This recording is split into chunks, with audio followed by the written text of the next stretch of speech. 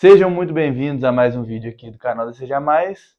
Hoje a gente vai falar sobre uma coisa que muitos de vocês têm dúvida, que é sobre ser menos sociável é saudável? Ser tímido é saudável? Até que ponto isso pode te prejudicar na sua vida e até que ponto isso pode ser benéfico para você?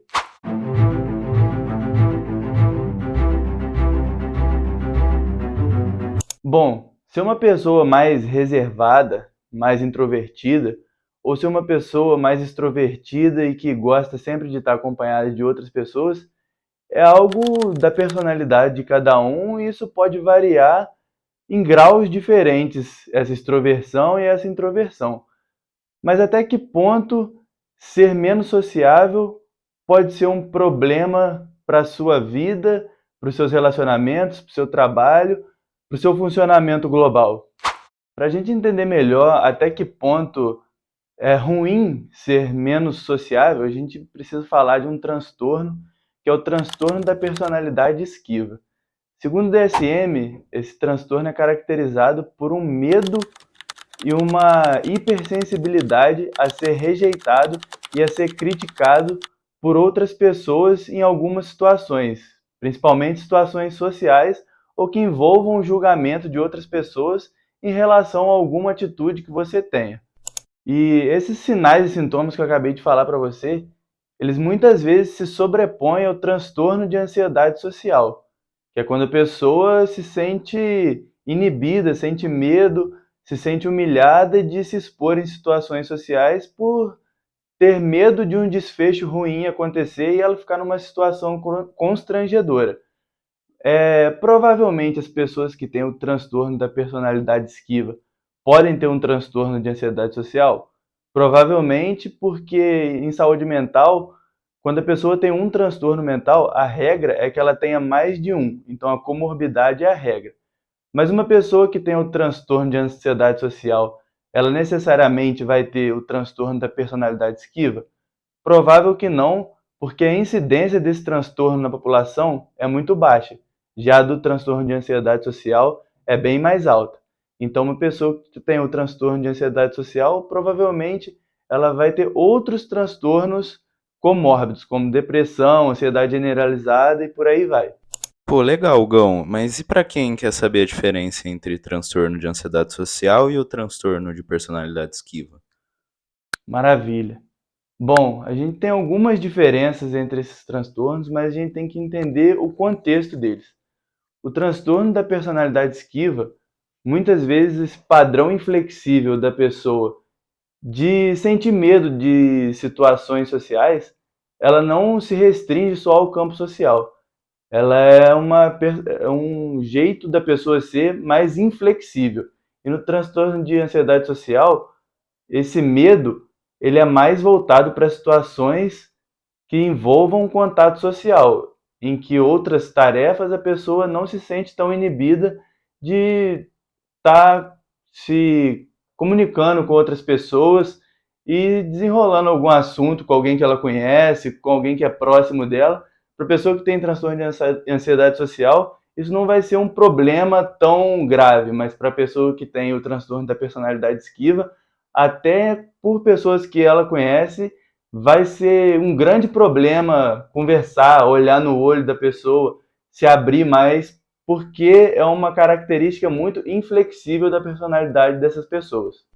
Para ficar mais claro aqui, eu vou elencar algumas situações que são comuns de pessoas que têm esse transtorno de personalidade esquiva, para que você entenda o quão inflexível é essa personalidade em relação ao contato social com outras pessoas. Pessoa que tem um transtorno da personalidade esquiva, ela evita atividades que envolvam contato interpessoal por meio de criticismo, rejeição ou desaprovação.